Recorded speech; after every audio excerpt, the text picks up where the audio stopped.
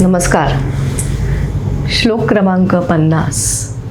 बघता बघता 50 श्लोकापर्यंत आपण येऊन पोचलो. आजचा श्लोकही तसाच आहे, अगदी आजच्या काळामध्ये सुद्धा आपल्याला मार्गदर्शन करणारा. नसे अंतरी कामकारी विकारी. अंतरी म्हणजे मनामध्ये. आणि उदासीन जो तापसी ब्रह्मचारी, निवाला मनी लेश नाही तमाचा, जगी धन्य तो दास सर्वोत्तमाचा. नसे अंतरी कामकारी विकारी. विकारी म्हणजे मनस्वास्थ्य बिघडवणारा वृत्ती किंवा विचार. काम हा जो काही शब्द तयार झालेला आहे त्याच्यामध्ये कम हा धातू आहे. कुठल्या तरी गोष्टीची इच्छा करणे, कशाची तरी इच्छा करणे.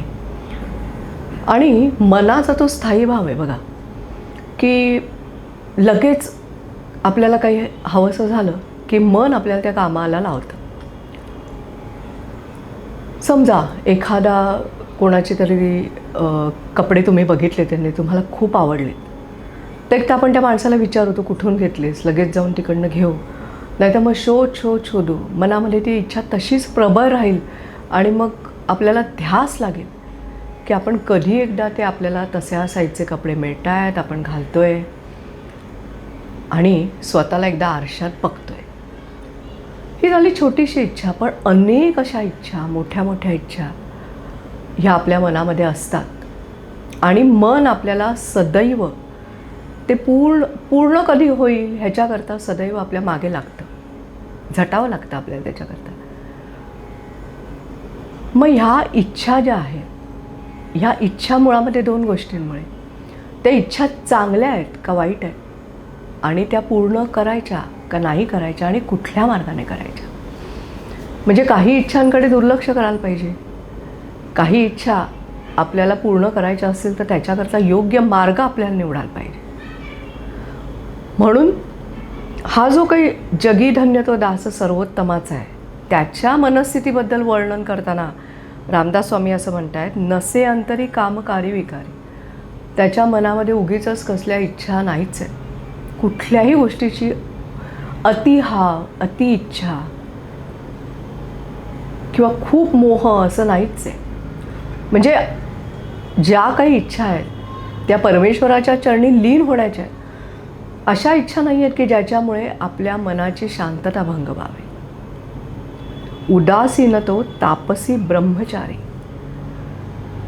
ब्रह्मचारी म्हटल्यानंतर आपल्याला असं वाटतं की ज्याचं लग्न झालेलं नाही असं. पण खरं ब्रह्मचारी म्हणजे अशा सगळ्या इच्छांच्या कामवासनेपासून दूर राहणारा तो ब्रह्मचारी. मग उदासीन तो तापसी ब्रह्मचारी. आता तापसी म्हटल्यानंतर तपश्चर्या हे शब्द ओघानेच आले. तर आपल्याला आत्ताच्या जगामध्ये कुठे शक्य आहे, कुठे जाऊन तप करणं शक्य नाही. पण आपल्याला जर काही एखादी साधना आपण करत असू तर ती नित्यनियमाने करणं, त्याच्यामध्ये कितीही अडथळे आले तरी चालू ठेवणं, किंवा एखादा जर सन्मार्ग आपण निवडला असेल, चांगला मार्ग निवडला असेल, तर कितीही प्रलोभनं आली तरी तो मार्ग न सोडणं, ही आजच्या काळातली तपश्चर्या होऊ शकते. आपली जी काही कर्म आपल्या वाट्याला आलेली आहेत ती प्रेमाने करणं, प्रामाणिकपणे करणं, निर्मळतेने करणं, ही सुद्धा एक प्रकारची तपश्चर्या आहे. आपल्या मनाची शांती न घालवणं ही तर सगळ्यात मोठी तपश्चर्या आहे. तर असा जो उदासीन जो तापसी ब्रह्मचारी म्हणजे कामवासनेपासून दूर असलेला उदासी जो तपश्चर्या करतोय, आणि निवाला मनी लेश नाही तमाचा.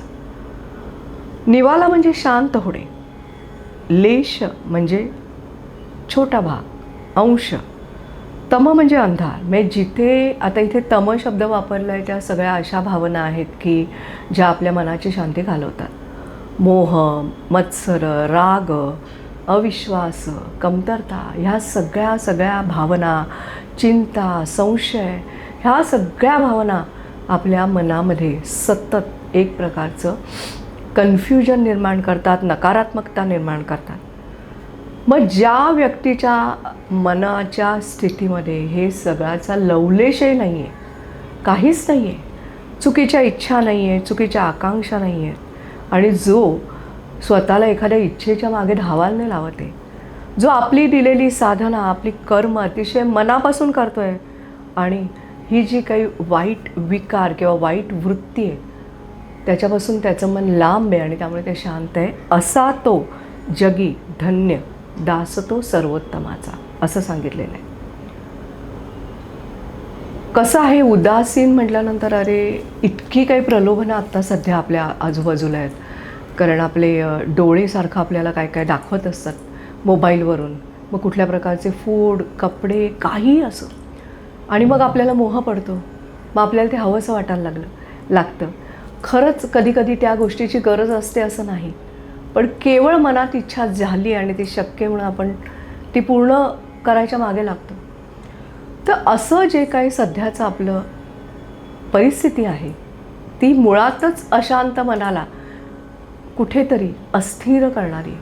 आणि अशा वेळेला उदासीनता हवी. उदासीनता हवी म्हणजे जेवढं आपल्याला आवश्यक आहे तेवढं आपण घेणं, तेवढ्याच गोष्टींवरती खर्च करणं, किंवा इतरांच्या विषयी विचार करताना, करताना जीव तोडून करणं, पण कुठेही त्याच्यामध्ये चुकीच्या ठिकाणी, चुकीच्या अर्थाने, चुकीच्या मार्गाने काहीही न करणं.